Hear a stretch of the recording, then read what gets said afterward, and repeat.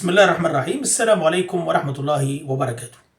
بمناسبة عيد الفطر المبارك لن نكتفي بلمسات السطح، بل سنحاول الغوص إلى دقيق الأدق، إلى أعماق الأعماق، أعماق الأسئلة الوجودية التي تختفي وراء ابتسامات الأطفال، وأعماق الروابط المجتمعية التي تعيد تشكيلنا كل عام.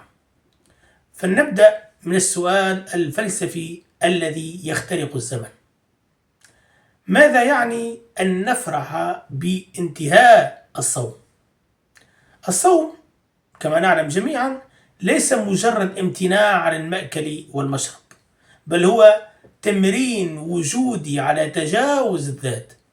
حين نصوم نعلن أننا لسنا عبيدا لغرائزنا، بل قادرون على صناعة معنى يفوق الحاجة البيولوجية. العيد بهذا المعنى هو احتفال بانتصار الإنسان الروحي على الإنسان المادي، انتصار يذكرنا بأننا خلقنا لنسمو لا لنستهلك. لكن هل يكفي أن ننتصر على أنفسنا دون أن نصنع عالما أفضل؟ هنا تتدخل الحكمة الاجتماعية، الحكمة الاجتماعية التي تربط بين الفلسفة والواقع.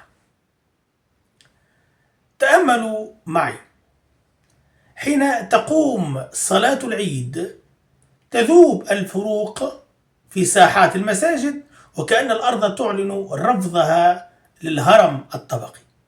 هذه اللحظة ليست طقسا دينيا فحسب، بل احتجاجا صامتا وربما صاخبا على كل أشكال التمييز. إنها رسالة مفادها أن المساواة ليست مستحيلة، أو بالأحرى اللا تمييز ليس مستحيلا، بل يحتاج فقط إلى إرادة جماعية. أما زكاة الفطر فهي فلسفة العدالة مجسدة. حين يعطي الغني للفقير قبل الصلاة لا يقتصر الأمر على مشاركة الفرح، بل يصبح العيد مدرسة أخلاقية تعلمنا أن الثروة مسؤولية، والفقر اختبار، والتضامن خيار لا بديل عنه ولا مناص منه.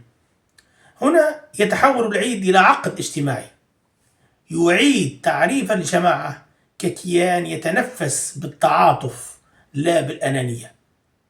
وفي البعد الأسري يصبح العيد مسرحا لإعادة تشكيل الذاكرة الجمعية.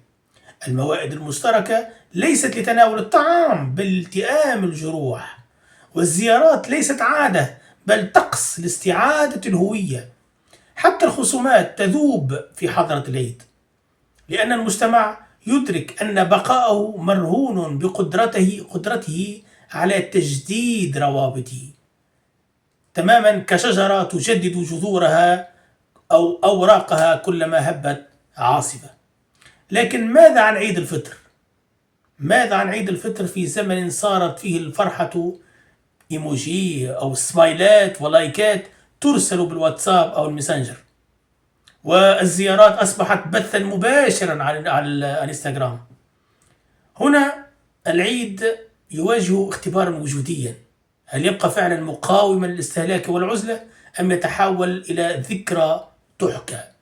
الاستهلاكية تريد أن تجعل من العيد موسم تخفيضات، والتقنية تريد أن تحول الحضور إلى تفاعل افتراضي، بيد أن جوهر العيد يكمن في المقاومة الهادئة، مقاومة تبدأ حين نرفض أن نشتري فرحا مصنوعا مسبقا ونختار أن نصنعه بأيدينا، مقاومة تظهر حين نعانق الجار الذي نختلف معه، أو نخصص وقتا لجد لم يعد يفهم لغة العصر.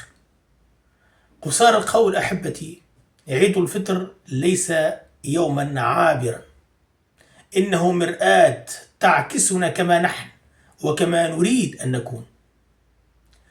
إنه موعد يصرخ فينا أن الفرح الحقيقي لا يشترى، بل يولد حين نحرر أنفسنا من قيود المادة. أن المجتمع لا ينهض بالمال بل بالتعاطف والتضامن الذي يمنح الفقير كرامة قبل أن يمنحه مالا، وأن الإنسانية لا تقاس بمدى رفاهيتنا بل بمدى قدرتنا على أن نكون معا حتى لو اختلفت تفاصيلنا. كل عام وأنتم تجسيد حي لهذه القيم، ودمتم في كنف الرحمة